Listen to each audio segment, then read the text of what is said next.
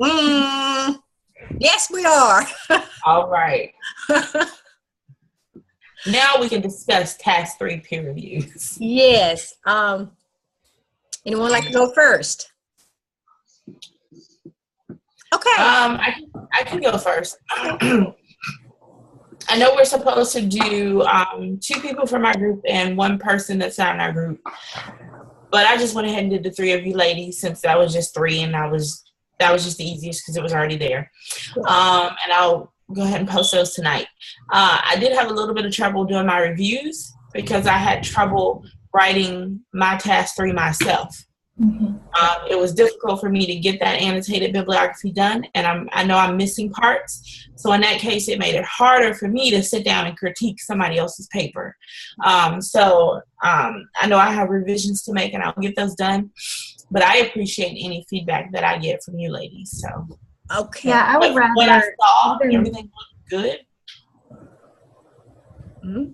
Yeah, I think even if you hadn't completed it, I would rather you to be super honest, Right. With your feedback, because I know there was a lot that I had missed too on mine. Right. Well, I looked at. Go ahead, Ms. Oh, well, just went ahead and did the peer review on you 3 ladies, and yeah.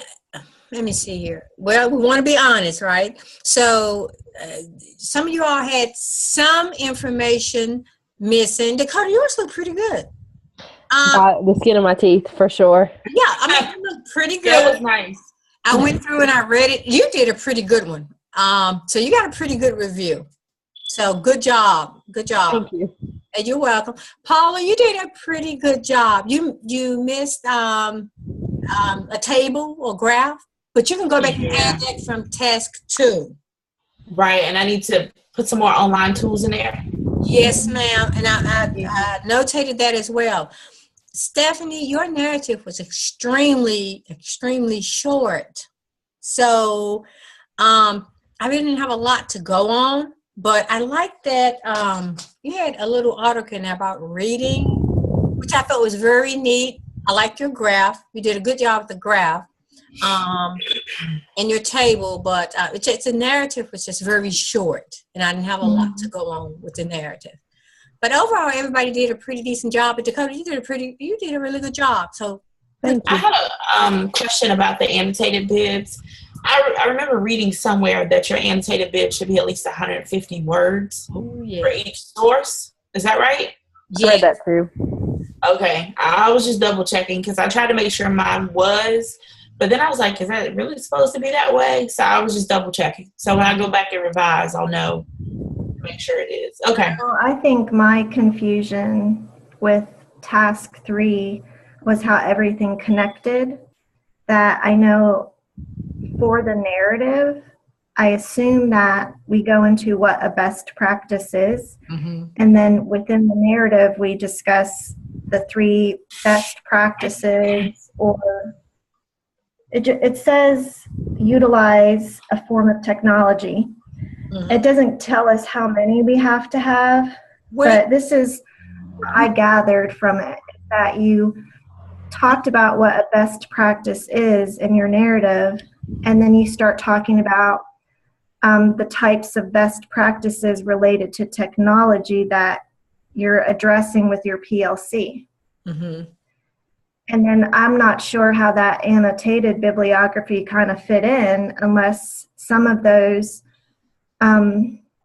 sources were related to best practices. Mm-hmm. But then none of mine from the bibliography were related to my technology practices.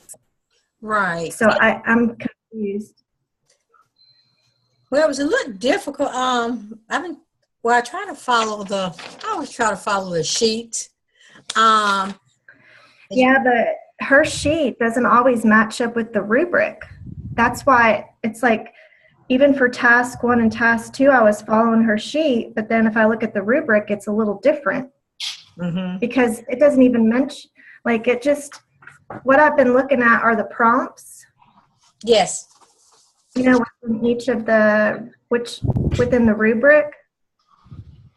Mm-hmm. And prompt 1 says you will create an annotated bibliography that is featured in the narrative to evidence and illustrate resources for best practices. And I understand that as being in your narrative, you're going to focus on those technology pieces as your best practices. And how you write it is as an annotated bibliography. But in her suggestion, she said you had to have 5. Mm-hmm. Yep. But nowhere in our rubric does it say anything about 5. Right. I'm looking at, yeah. She said we have to have 5 and 3 online tools. Mm-hmm. But in our rubric, it doesn't say that. Well, And that's what's confusing me, because in the short little piece that is supposed to go in our essay, mm-hmm. I don't understand where 5 sources in your bibliography would have anything to do with the 3 technology sources that you're using as your best practices. Well, I took it as, and I actually had to email my clinical coach about it. I called her actually because I was really confused. But I took it as you locate 5 sources that you could somehow implement in the school or go over with your PLC group. And then your online tools, after I met with my PLC group, they gave me more insight into it, such as things like United Streaming, Discovery Education, or AM, Accelerated Math, Accelerated Reader. Mm-hmm. Like, it could be something as simple as that, but I don't think they had to be connected. You know what I mean? It was just, I mean, and that's my thoughts. I could be completely wrong, but that's what I did. That's the road I kind of took with it. And so I haven't even finished my 3 sources. I only had 1 or 2 on my paper. I need to go back and add, but now I have more sources to use, like Science A to Z. So I wasn't sure, but that's what I went with. So we'll see. I think it's just more so getting something down on paper, not always being always completely right. So we kind of wait for that feedback, I guess. Yeah. And then the use of graphs, it says the graphs, tables, whatever, have to be embedded within your narrative. So it's almost like you talk about the data represented in your graph within your narrative, you address that and say that is one of the reasons I'm using this particular best practice.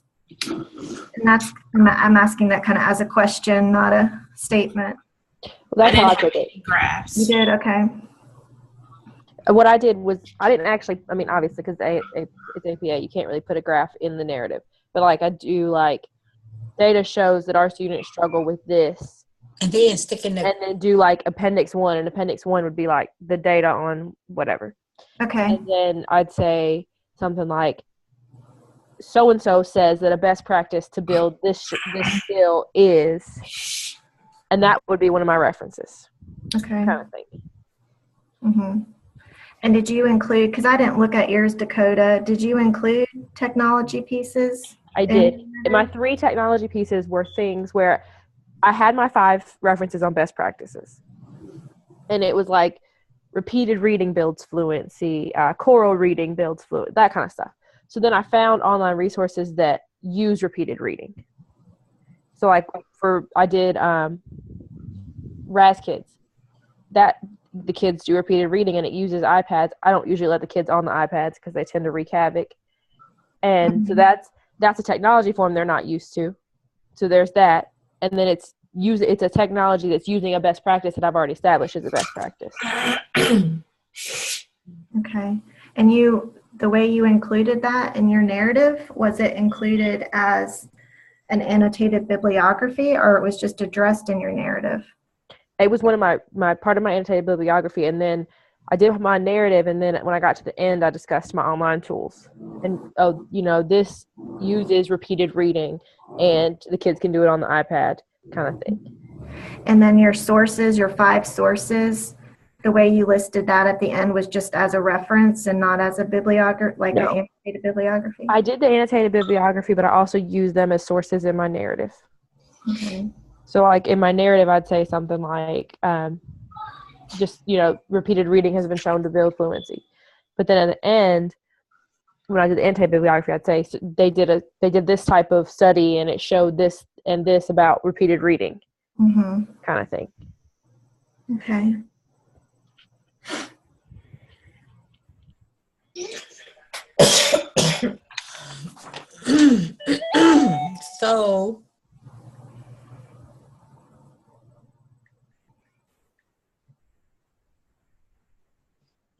So where are we, ladies?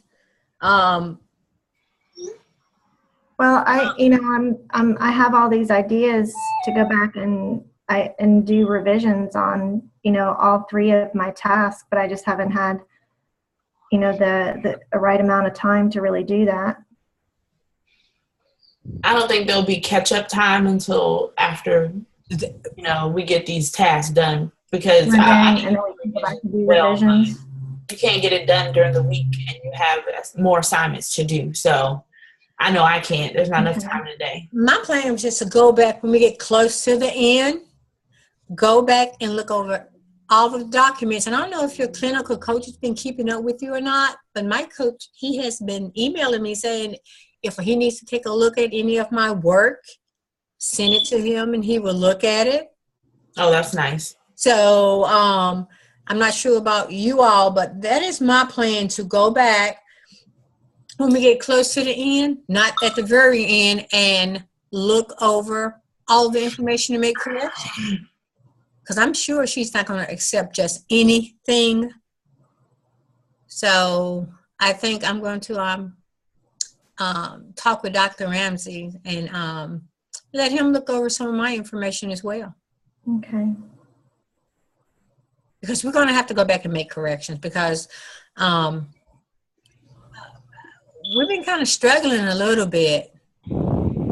I feel like I'm constantly contradicting myself. When I go into starting the assignment, I'm going in not really understanding it. And then after I finish it and turn it in, I continually look at the rubric and look at it. And it's actually helping me when I do the peer reviews, finding out more of what I did wrong, because I'm looking at the rubric as I'm doing the reviews.